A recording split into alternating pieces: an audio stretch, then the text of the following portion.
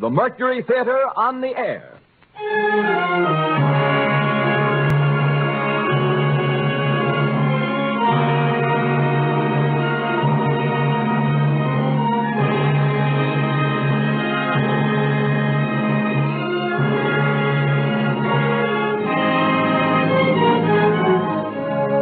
The Columbia Broadcasting System takes pride in bringing you Orson Welles and the Mercury Theater on the air in another broadcast of the unique series which signalizes radio's first presentation of a complete theatrical producing company.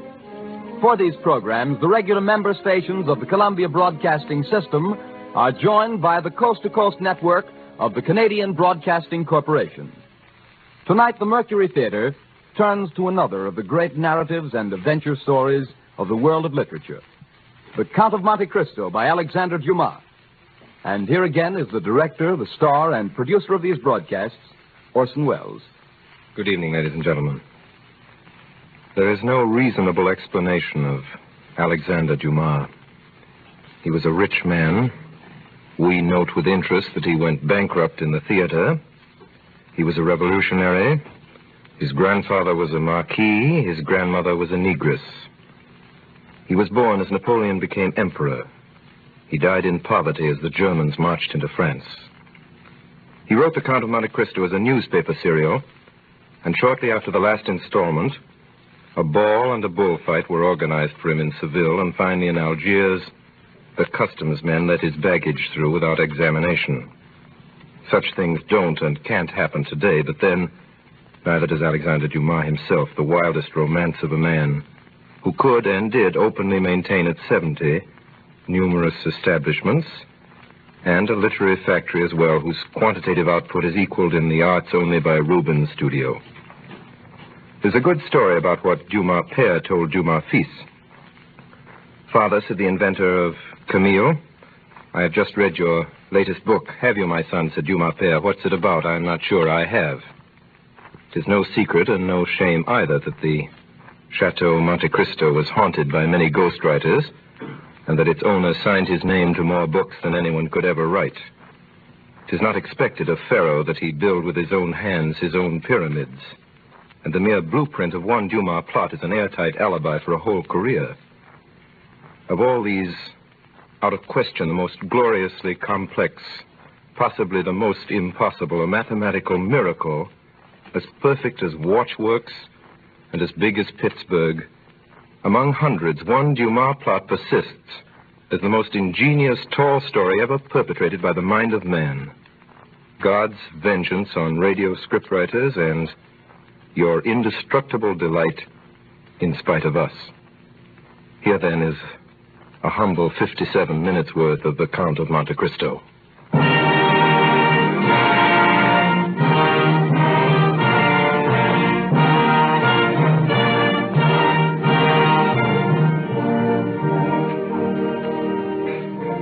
In the year 1815, I, Edmond Dantes, was first mate of the Pharaoh, bound for Marseille from Smyrna, Trieste, and Naples. The day we left Naples, the captain was attacked by a fever and died within 3 days. On the 28th day of September, we sighted the coast of France. Some hours later, we rounded the Chateau d'If and entered Marseille harbor. Monsieur Morel, the owner, came abroad. Good day, Monsieur Morel. Good day, Monsieur Danglars. You've heard of the misfortune that's befallen us, Monsieur Morel? Yes, you mean poor Captain Leclerc. He was a brave and an honest man. And a first-rate seaman, grown old between sky and ocean. Well, a man needs not be old, Danglars, to know his business. Edmond Dantes, your mate there, seems to understand his thoroughly. Hey, let go the anchor!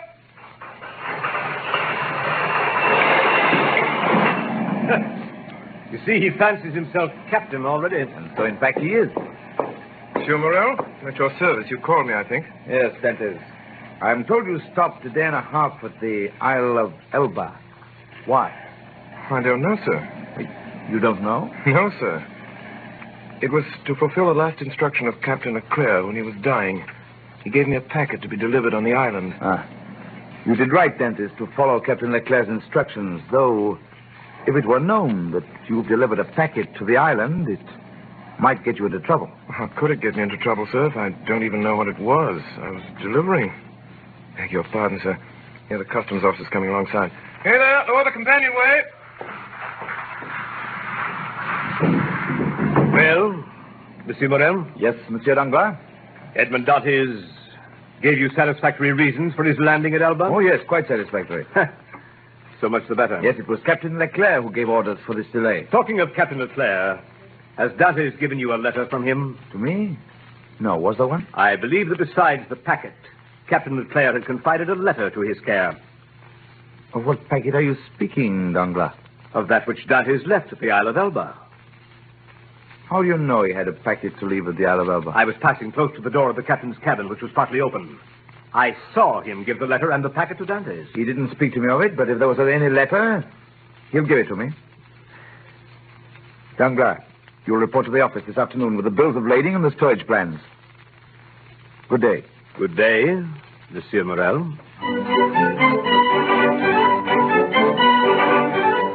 It's a wonderful thing to be home again after 3 months at sea. To see the places you've grown up in as a boy and the streets full of people. I found my father in the little dark room where he lived on the 4th floor of a house in the Rue du Noyer. Father! Oh, Edmond. Father. What is it? Are you ill? Father, what's wrong with you? No, my boy, my son, no, but I didn't expect you in the joy and surprise of seeing you so suddenly. Father, listen to me. I'm to be captain at 20, a captain with 3,000 francs pay and a share in the profits. Isn't that more than I could have hoped for? Yes, dear boy.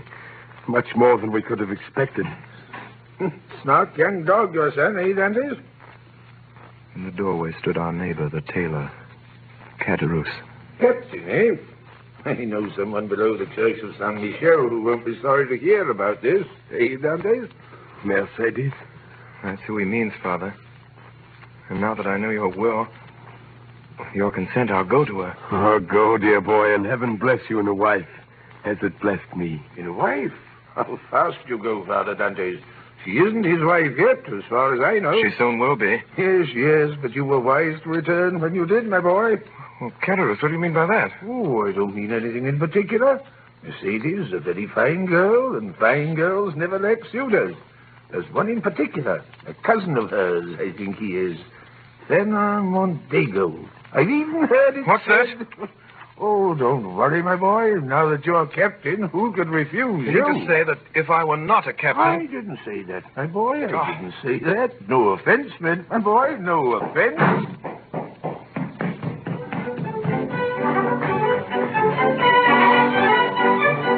I went into the street, down past the church of Saint Michel, into the fisherman's quarter.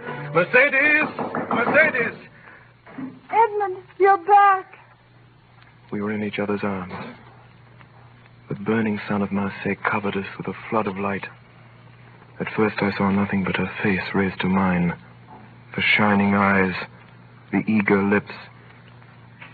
Then suddenly in the room behind us I saw the face of a young man, pale and threatening. And I saw that he had his hand on a knife at his belt. Mercedes, who is this man? Mercedes, I did not expect to meet an enemy here in your house. He is no enemy. This is my cousin. We've been friends since childhood. Fernand is the man whom, after you, Edmond, I love best in the world. Well, give me your hand, Fernand.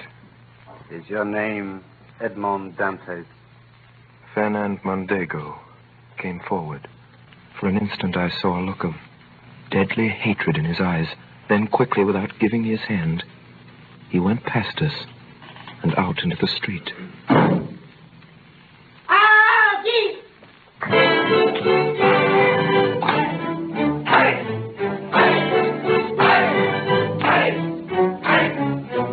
The betrothal feast is a gay affair in the South. Monsieur Morel removed every difficulty. The papers were soon drawn up. The arrangements were simple.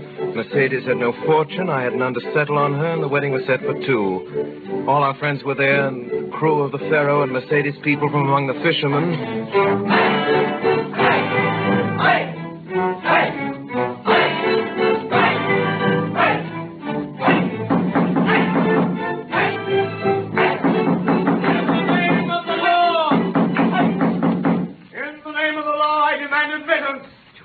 it. What did they say? The law.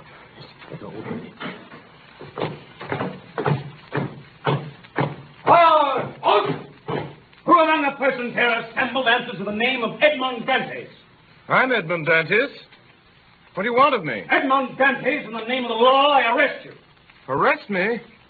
You'll be duly acquainted with the reason for your arrest at your first examination. Officer, he is my son. Smuggling, do you He's done nothing wrong. He's a good boy. It is possible, in which case every reparation will be made. Edmond. Meantime, Edmond Dantes, you're under arrest. Why? Follow me.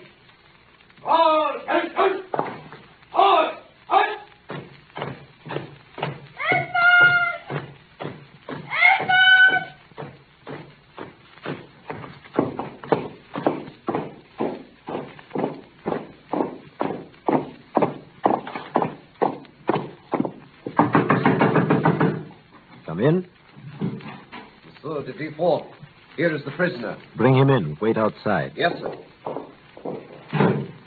What is your name? Are you the king's prosecutor, sir? Yes. Your name? My name is Edmond Dantes. Give all the information in your power. Have you served under the usurper, Napoleon? No, sir. It is reported that your political opinions are extreme. My political opinions? Alas, I never had any opinions. I'm hardly 19, sir. What do you make of this, then? It is a letter, Monsieur Dantes. Well, read it. Monsieur, the king's prosecutor is hereby informed by a friend of the throne and religion that one Edmond Dantes, mate of the ship Pharaoh, arrived this morning from Smyrna after having touched at Naples and the island of Elba. He's been entrusted by the usurper with a letter for the Bonapartist committee in Paris. Proof of this crime will be found on arresting him, for the letter will be found on his person or at his father's or in his cabin on board the Pharaoh. I'm sorry, sir, I don't understand it. Do you know the writing? No, sir. Whoever did it writes well. Now, have you any enemies? Not that I know of, sir. Now, answer me frankly. Not as a prisoner to a judge, but as one man to another. Is there any truth in this accusation? Not at all, sir. I swear by my honor as a sailor. Then I told him my story. I told him how Captain Leclerc on his deathbed had entrusted a packet to me and told me with his dying breath to deliver it to the island of Elba. What did you do then? What should I have done, monsieur? What every man would have done in my place. I sailed for the island of Elba. I delivered the packet and was given in return a letter to be delivered to a man here in Marseille. I did it because it was what my captain had told me to do. I landed here yesterday. That is all, sir. I see.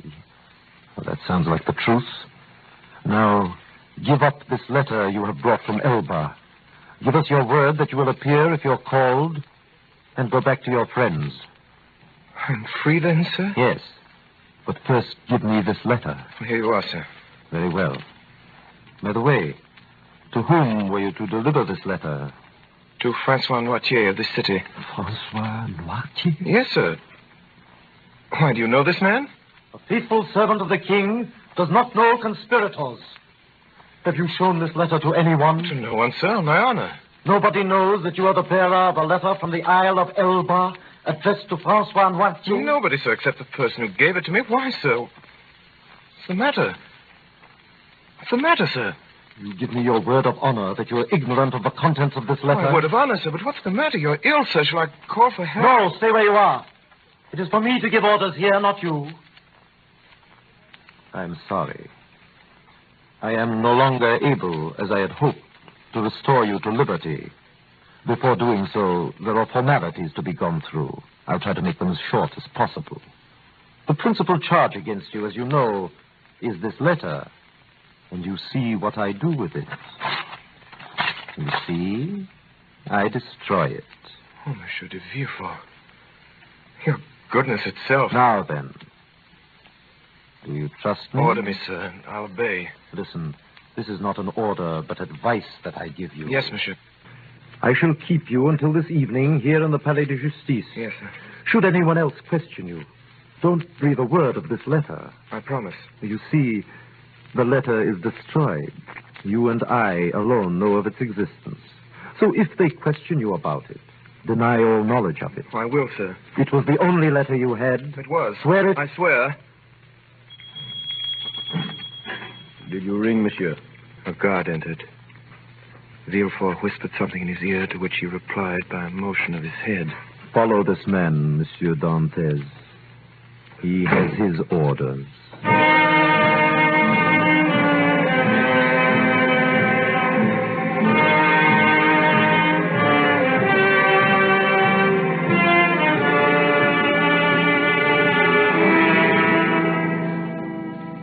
I was taken to a cell.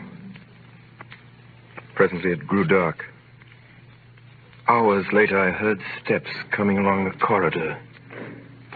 By the torches they carried, I saw the glittering sabers and carbines of 4 gendarmes.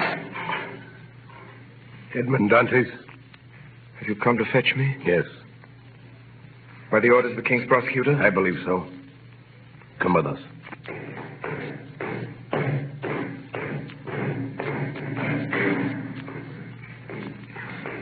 Is this carriage for me?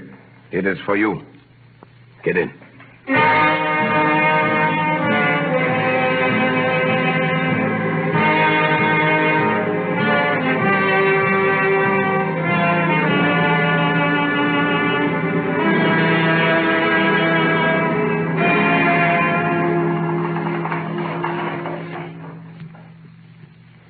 Get on board.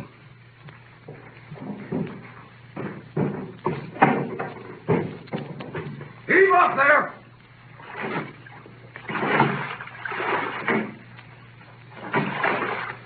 I sat in the stern sheets with a guard on each side of me in the little boat.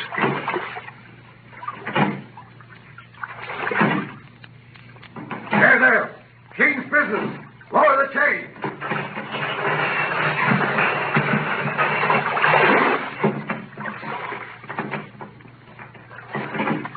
The chain that closes the mouth of the port at night was lowered. Soon we were outside the harbor. My first feeling was one of joy at breathing the fine sea air again, then of sadness as I saw the lights of La Reserve away to the left of me and heard the sound of voices and music coming through the open windows.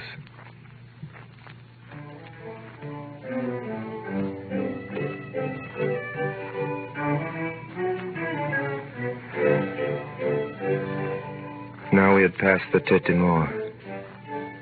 We were in front of the lighthouse. We were about to double the battery. Where are you taking me? You'll soon know. But I want to know... We are forbidden to give you any information.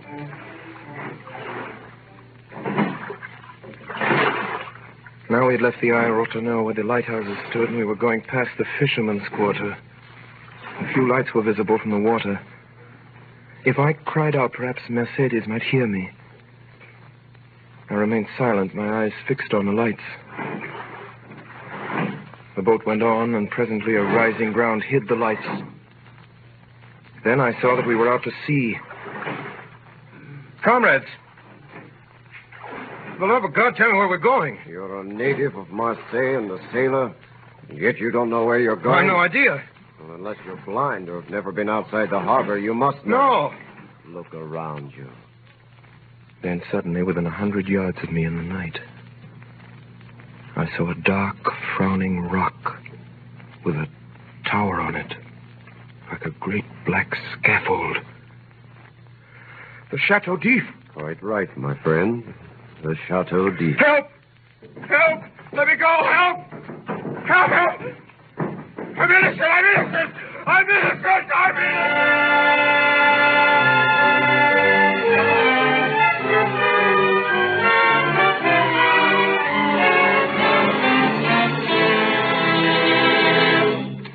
Dantes! Dantes! Haven't you slept? I don't know. Are you hungry? I don't know. Do you want anything? I want to see the governor. The governor. I want to see the... I'm innocent. I'm innocent. I'm innocent!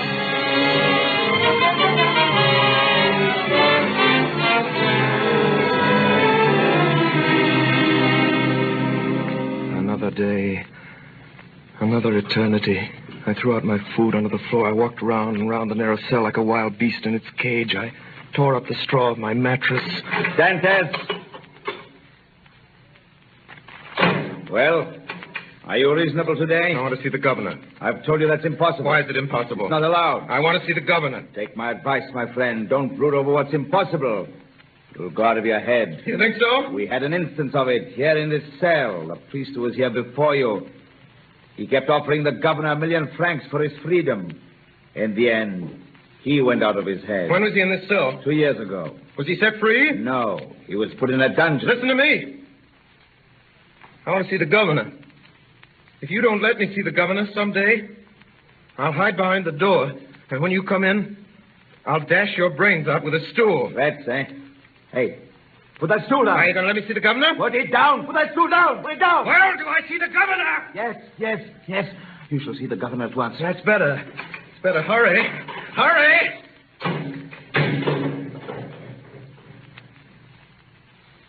Presently, the jailer returned with 4 soldiers.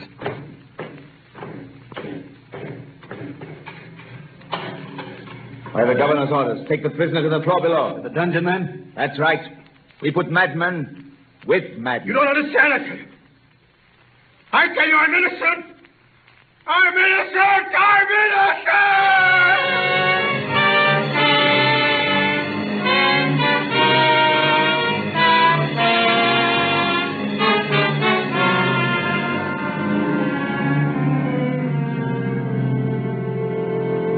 Months went by underground, foul, humid, and dark. Every day, twice a day, morning and evening, the jailer came to my cell and put down the vile food and went away without speaking to me. My hair and nails had grown long, and my skin was white as a leper's. I'd been proud the first months. Now I began to beg. I begged to be moved from this dungeon to another. I begged to be allowed to walk about. I begged for books. Nothing was granted. I spoke to the jailer when he brought me my food. He rarely answered me. But to speak to a man, even though mute, was something. I tried to speak when alone, but the sound of my own voice terrified me. After what must have been 3 or 4 years, the governor of the Chateau d'If was transferred. The new man never troubled to learn my name. I was no longer Edmond Dantes.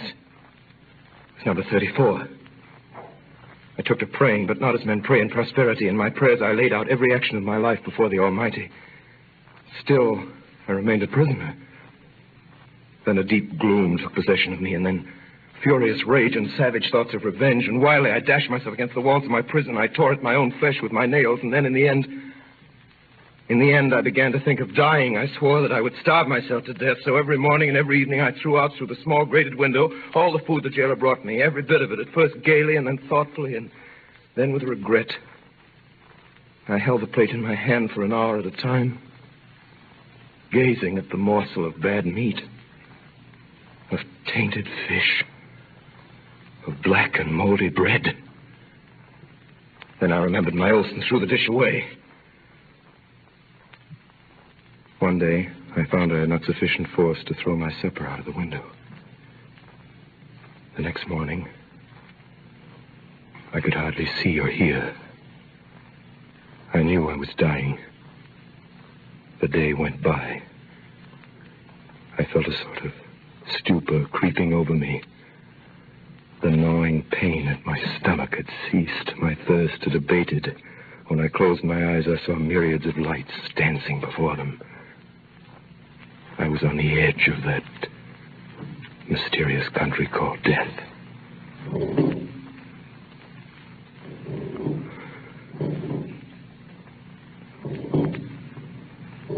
Suddenly,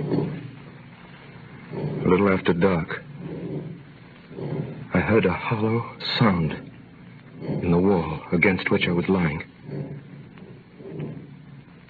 I sat up and listened. It was a continual scratching, as if made by a huge claw, some iron instrument scraping against the stones. Then all was silent. Soon afterwards, it began again. Nearer and more distinct. Perhaps it was only a workman repairing a neighboring dungeon. I would soon find out. The sound continued. With my earthenware jug, I knocked against the wall where the sound came.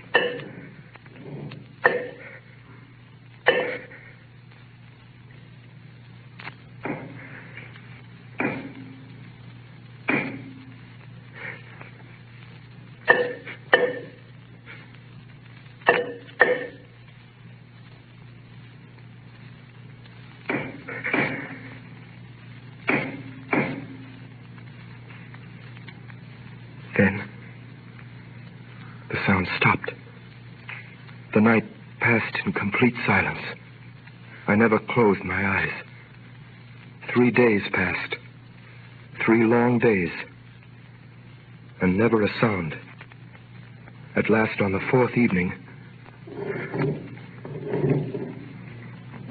whoever it was quite close to me now. I wanted desperately to help him. But I had nothing, no knife or sharp instrument.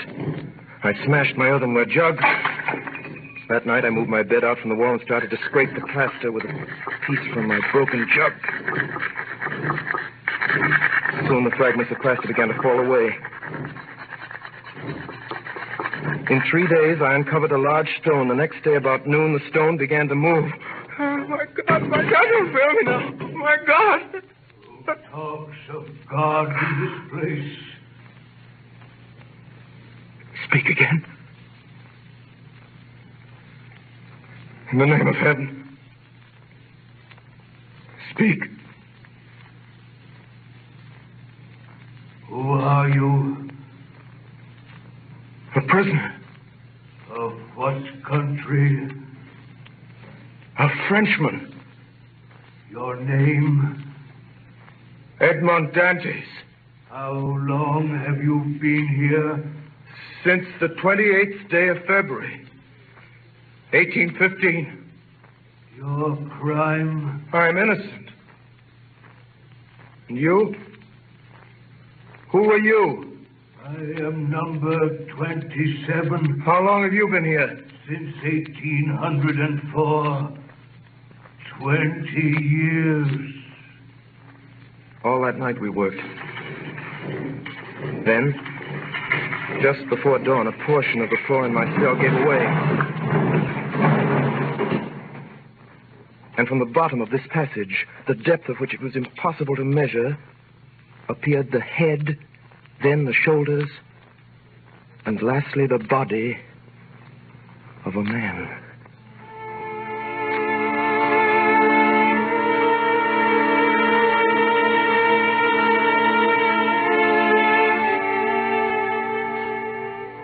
To this man, I owe all that I possess, all that I know, all that I have become.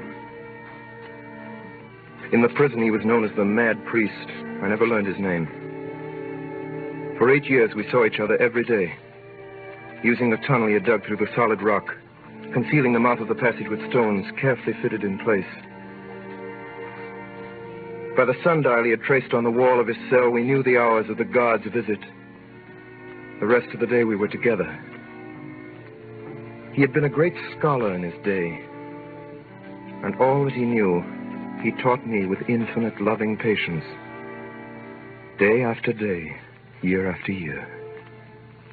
Then, one morning when I went down, I found him standing in the middle of his cell. Pale as death. Quick, Dantes, quick.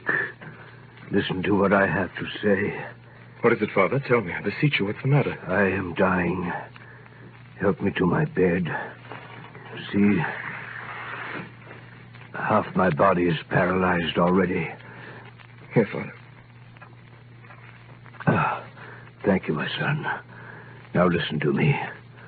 All is over with me. This night or tomorrow, I shall be dead. But, Father... I know the illness. There is no hope. And I shall never leave this place now. Before I die, there's something I want to give you. In his hand, he held a morsel of paper tightly rolled together.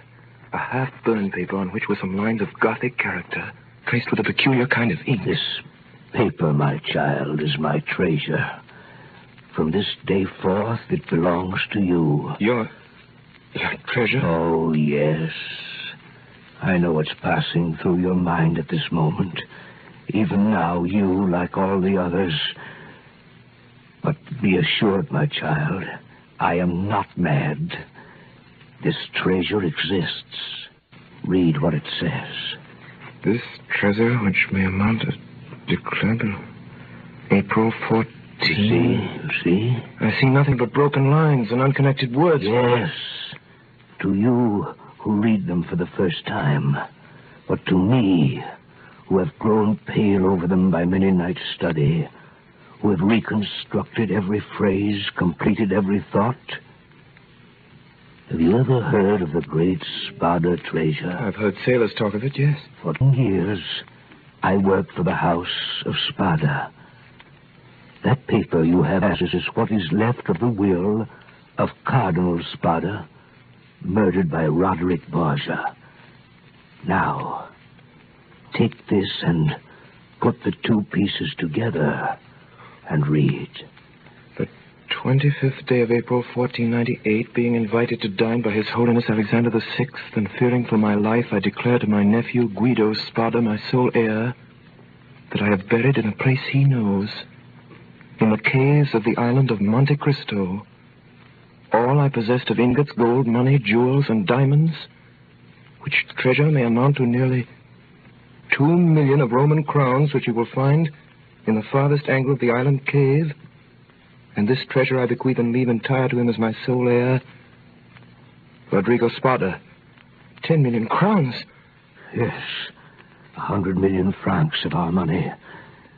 Think of the good a man could do in the world with 100 million francs. Yes. And now, I am dying. With my dying breath, I leave this treasure to you. Pray God you'd be more fortunate than I. But I have no right to it, sir. You are my son, Dantes. You are the child that God sent to console me in my captivity.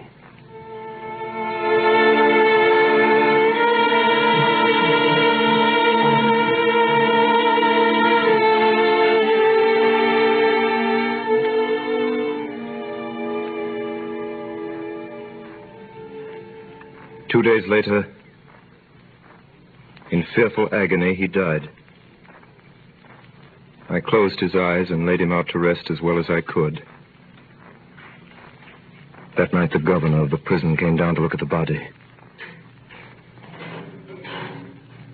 Well, the madman's gone to look after his treasure. With all his millions, he hasn't enough to pay for a shroud, eh? Is the iron heated? Yes, sir. Apply it to the soles of his feet. From where I stood in the secret passage, I could smell the sickening odor of burnt flesh. He's dead, all right. Poor devil. He was a priest. Get him the newest sack you can... What time shall we bury him, sir? The usual. When the cell was empty again, I went in.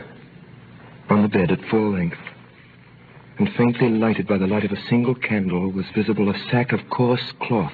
In it was stretched a long and stiffened form. I unlaced the sack, drew the corpse out, and carried it through the tunnel to my cell. I laid it on my bed, turned the head to the wall, and covered it with a sheet. For the last time, I kissed the ice-cold brow. Then I went back to the dead man's cell. There's a job I can do now. Perhaps you are cold as the devil up there in that place. I could hear steps in the passage as the guards came down with the stretcher. Quickly, I laced up the sack around my body. I lay stiff, hoping they would not hear the beating of my heart. Here we go. You take the head. I'll take the feet. He's heavy enough for an old man. They say every year adds half a pound to the bones. Forward, march. Careful, man. Steady, while I open this door. Lord, it's cold up here. Yeah, pleasant morning for a dip in the ocean. A bit chilly, I'd say. Have you got the weight? Here it is. Tie it on around his feet. Yeah, that's right. Tight. See if you can do it any tighter. Yeah, that's all right. That'll sink him. All right, now. Are you ready? 1, 2. Hey, wait a minute. Get nearer the edge. The last one was mashed on a rock. We got the blame for it. All right, then. Come on, I'm freezing again. Ready? Let's go. 1, 2, 3.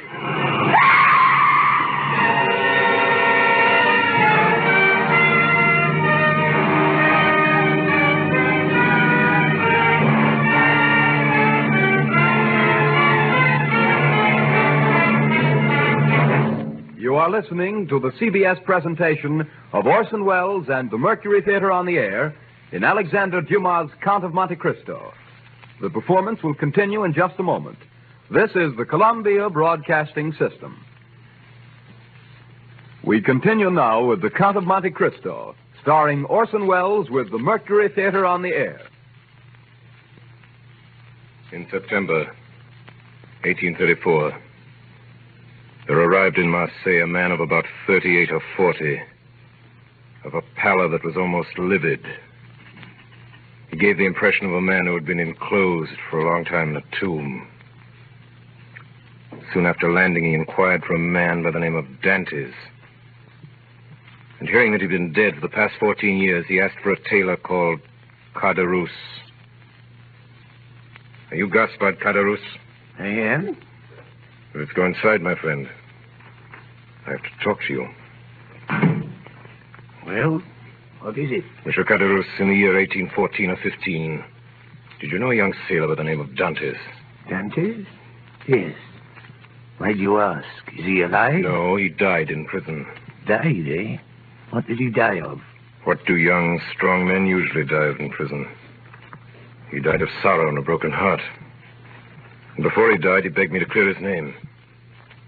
He gave me the names of the people here in Marseille who had been his friends. There are 3, he said, besides my father and the girl I was betrothed to. One of them is Coulouris. He said that? The second is Danglars. Danglars? The third is Fernand Mondego. Mondego? You know these men? Know them? Where in heaven's name have you been, my friend? There isn't a man in France who doesn't know them. Danglars is a millionaire, has a banking house of his own. Baron Danglars, he calls himself now. And Mondego's a count and a cabinet minister and an officer of the Legion of Honor, with a house in Paris a block wide.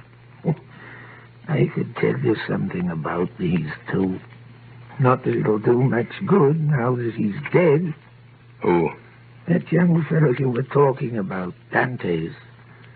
I've a good mind to tell you anyway. Do you know who sent Edmond Dantes to prison? Well, I do. It was 2 men who were jealous of him. One for love and one for ambition. And do you know who they were? I'll tell you. Mondego and Danglars. I thought they were his friends. That's what he thought. What did they do? They denounced him to the police as a traitor. And was he a traitor? No more than you or I. Which of the 2 denounced him? Both, monsieur. It was Danglars who wrote the letter, and Mondego who put it in the post. When was this letter written? The Coulouris, the night before the wedding. How do you know? Were you there? I was at the next table. They thought I was too drunk to hear. I see. How about this girl Dantes was betrothed to? Mercedes? Yes. Yes, that's her name. What happened to her? Well, sir, that's a sad story. When Dantes was arrested, she was nearly mad with grief. Pitiful it was. 6 months went by and there was no news of him. And every day there was her mother telling her he was dead and telling her to marry Mondego. She came to see old Dantes. Edmond is dead, he said to her. If he weren't, he would have returned to us. Then the old man died, and that left her quite alone. Still she waited, and still no word from him. Then, in the end, after a year, she married Mondego. And now she's one of the greatest ladies in Paris. A year. She waited a year. What did you say? Nothing. Nothing. You say Edmond Dante's father died? Yes, soon after his son disappeared. What did he die of? If you ask me, he died of starvation. Starvation? The doctor had another name for it, but I know better. He locked himself up in his room and died of starvation.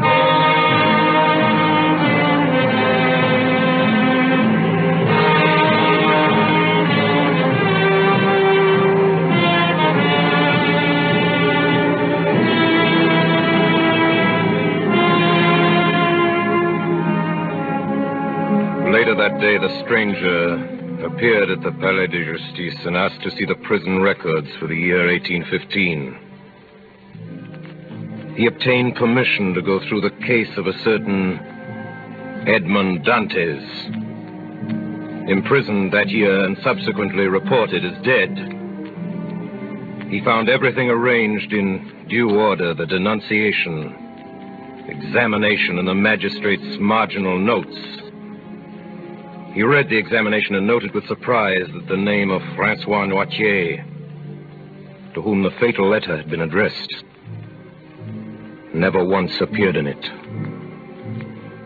There was a notation in the margin which read as follows: Edmond Dantes, an inveterate criminal, to be kept in complete solitary confinement and to be strictly watched and guarded.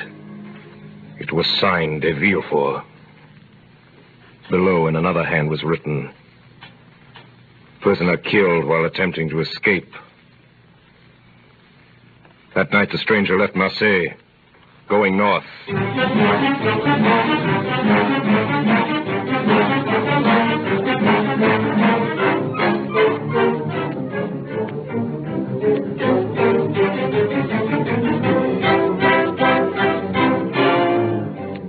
Villefort, Mondego,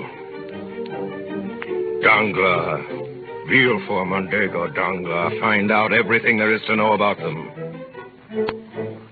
Every move they've made.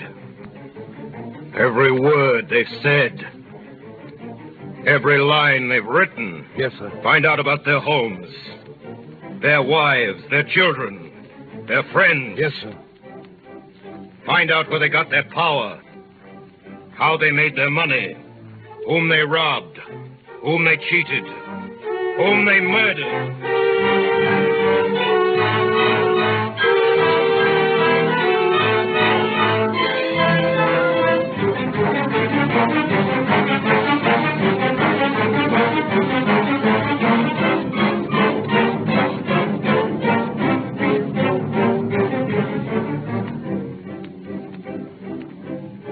One day in November, Baron Danglars, head of the banking house of that name, received a visit from a new client.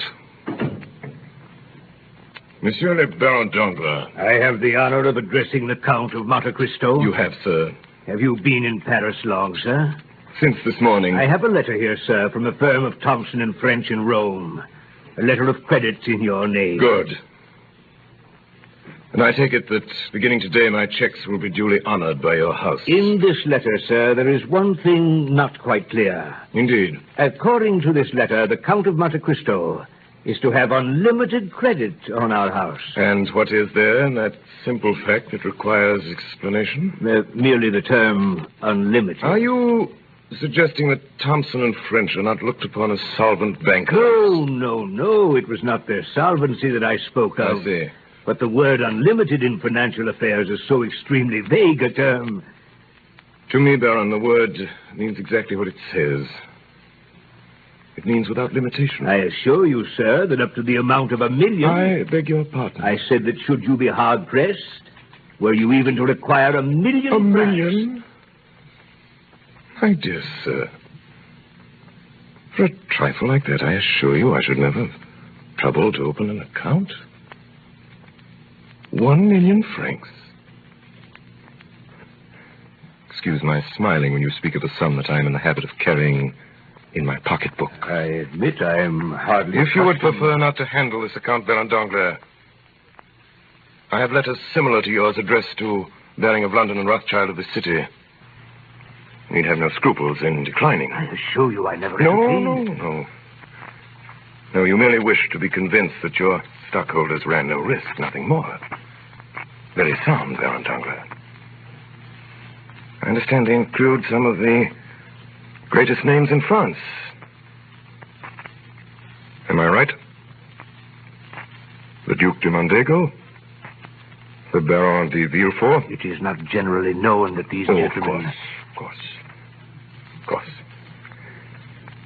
Now we understand one another. I should like to draw tomorrow the sum of, shall we say, 6 million francs, half gold, half notes. 6 million francs? As you say, sir. If I should require more, I shall let you know. Oh, by the way, Baron Danglars, buy for me tomorrow 10,000 shares of Austrian Commonwealth. You have some information, sir, about this stock? You will find, sir, that I never gamble, except in certainties.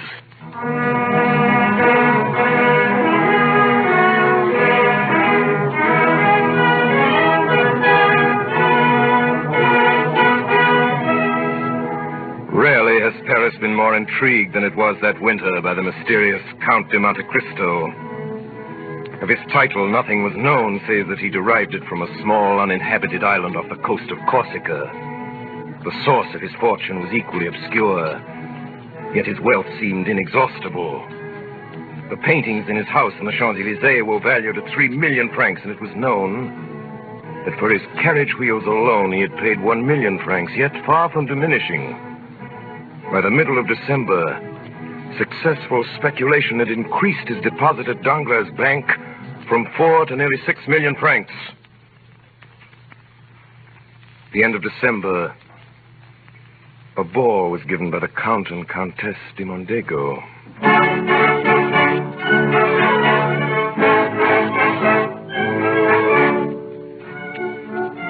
Monsieur, Madame de Nolille, Monsieur le Baron de Villefort, Monsieur et Madame de Muller, Monsieur le Comte de Monte Cristo. Mercedes, may I present the most talked of man in Paris, the Count of Monte Cristo, Countess de Mondego. I am deeply honored. What is it, Mercedes?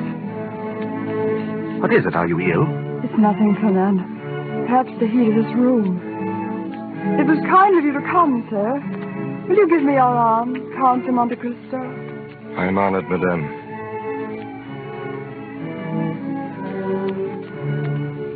Is it true, Count, what everyone is saying about you in Paris?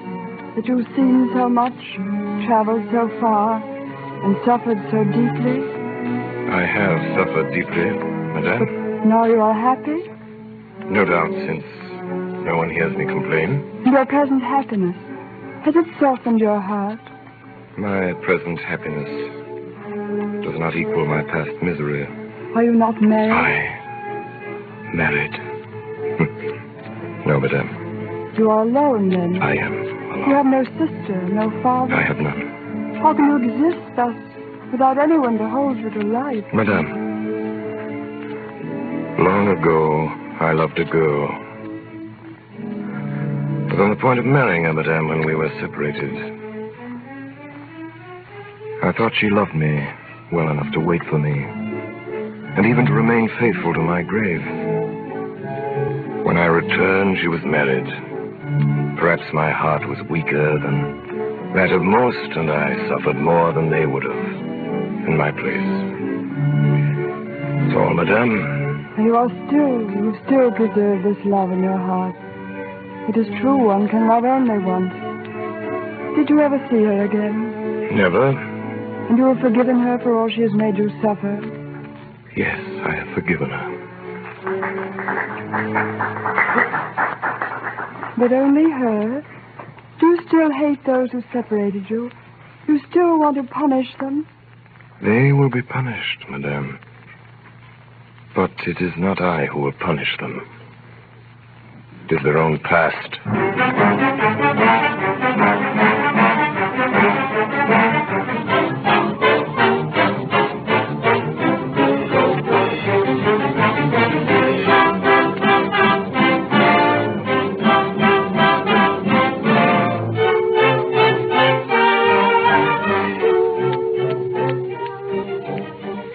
Danglars, Villefort, Mondego. What have you found out about these men? Danglars. Danglars, native of Marseille. Banker, 3 times bankrupt. Convicted of using charity funds. Yes. Recently suspected of plunging heavily with borrowed funds. Villefort, native of Marseille. Formerly King's agent in that city, where he acted as Bonaparte's spy under the name of Francois Noirtier. Known to accept bribes. At present Prosecutor General at King's Court. Said to speculate heavily with Danglars' bank. Mondego, native of Marseille. Dismissed from naval service for theft. Tried for murder, 1816. Deserted French army, 1824. 1828, betrayed Ali Pasha to Turks for 2 million piastres. Believed involved heavy losses Danglars' bank.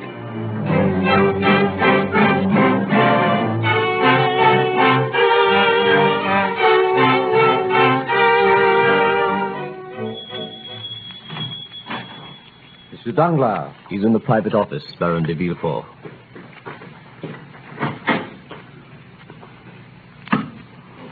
Good morning, Villefort. Hello, Mondego. You're late, Villefort. What is it, Danglars? You sent for me in court. I hope it's something good this time. We need it. Just arrived, a private message to the Count of Monte Cristo from Thompson and French, Rome. They've never been wrong yet. Does he know you intercept his messages, Danglars? Who cares? What does it say? Read it. Secret treaty signed tonight. Anglo-Italian due sharp rise. Buy all available shares, Thompson and French. Well?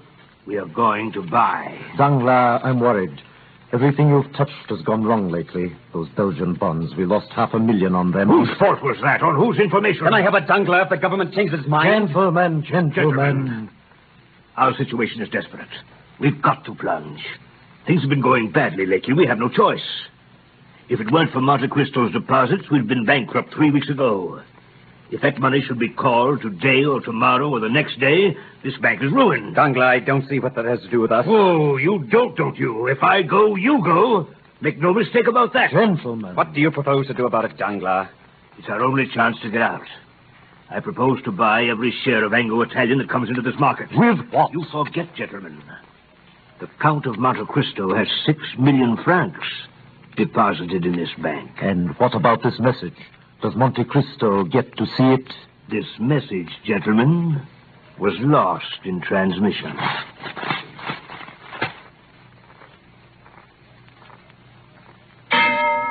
300 shares of Anglo-Italian. 102. 104. 200 Anglo-Italian. 105. 110. Gold. 500 Anglo-Italian. 110. 115. 117. 125. Gold. 300 shares of Anglo-Italian. 130. 125. 300 shares at 150. 100 shares of Anglo-Italian. 160. 175. Well, 62,000 shares. How much profit does that show? So far, 750,000. And it's only a beginning. who was selling? I don't know. I couldn't find out. Come in. Well, what is it? The Count of Monte Cristo to see you, sir. Tell him I'm not... Good afternoon, gentlemen. I hope I don't intrude. Danglars? De Villefort? Mondego? How fortunate. Gentlemen, I'm here to say goodbye. Goodbye? I have decided to leave Paris for a while. Perhaps forever. Before I go, there are certain things I have left to do. Monsieur Danglars, I am in need of money for my journey. My credit on your books as of tonight is 6 million francs, less about 1 million to cover certain stocks I sold short today. Here is a check for 5 million francs made out to cash. My carriage is outside. I'll take half in notes, half in gold. But surely... I beg your pardon? Surely, sir, such a very large sum. If you could conveniently wait for this money for 24 or for the most... I 48 told you. Baron Danglars, I'm leaving Paris tonight. Oh, by the way, Barrow, you may be interested to learn. Less than an hour ago, Anglo-Italian went into liquidation. At this moment, that stock is worth less than the paper on which it's printed. But the message from Thompson and French... That message was sent on my instructions 3 days ago.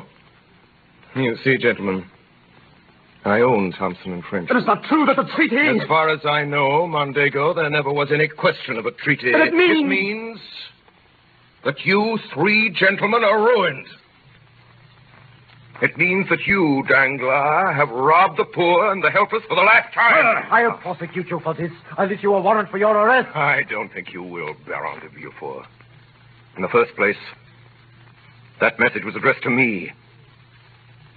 In the second place, since noon today, there has been in the hands of the Minister of Justice a complete record of the career of Francois Noirtier, Baron de Villefort, spy, thief, forger, informer, What are you? perjurer. Who am I?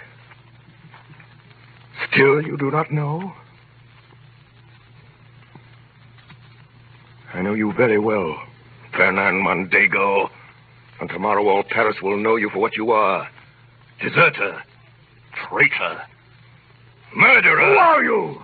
What have we done to you? You condemned me to a slow, horrible death. You killed my father. You deprived me of love, of freedom, of happiness. Stop! In God's name, who are you? I am the specter of a wretch you buried in the dungeons of the Chateau d'If. You guess it now, do you not? Or rather, you remember it. For notwithstanding all my sorrows and my tortures, I show you now a face which has the happiness of revenge and which is young again. A face you must often have seen in your dreams since your marriage, Mondego, with Mercedes, my betrothed. No. Yes, Mondego. I am Edmond Dantes.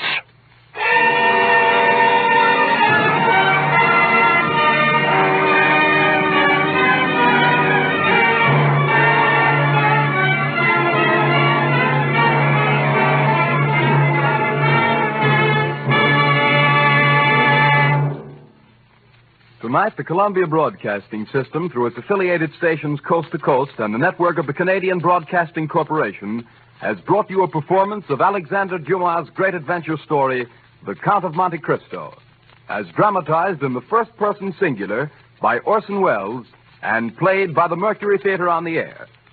In the cast this evening, Ray Collins as the Abbé Faria, George Coulouris as Monsieur Morel, Edgar Barrier as de Villefort, Eustace Wyatt as Coulouris, Paul Stewart as Old Dantes, Sidney Smith as Fernand Mondego, Richard Wilson as the officer, William Allen as a merchant, Anna Stafford as Mercedes, and Orson Welles as Edmond Dantes, the Count of Monte Cristo. The orchestra was directed by Alexander Sembler, and Davidson Taylor supervised the production for CBS. Dan Seymour speaking.